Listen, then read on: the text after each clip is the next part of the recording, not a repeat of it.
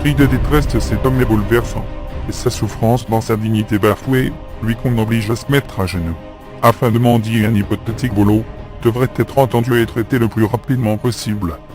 Au lieu de ça, le mec lui répond d'une voix monocorde, qui trahit l'indifférence des ambitieux et des carriéristes politiques, sans véritable autre vision d'avenir que la sienne. Les socialo-ouïens ne sont que des pilleurs. Donner de l'argent aux entreprises en difficulté est une arnaque. On ne donne pas l'argent des Français sous quelque forme que ce soit. On le prête, et quand l'entreprise va mieux, elle rembourse. Ne faites pas vous-même un crédit, et que vous remboursez par la suite.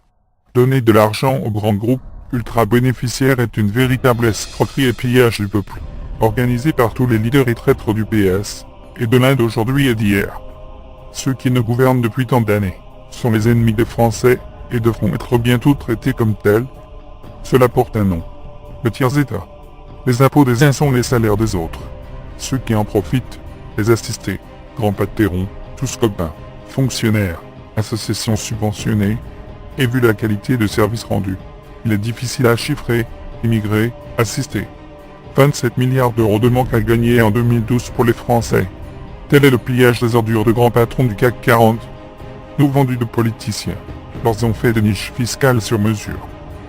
Ils ne paient que 3% d'IS au lieu des 30% imposés, et que paient les petites et moyennes entreprises.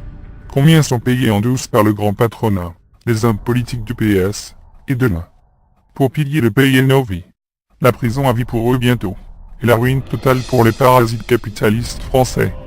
Y a marre de payer, y a marre de ramer, y a marre que ce soit toujours les fauchés qui paient.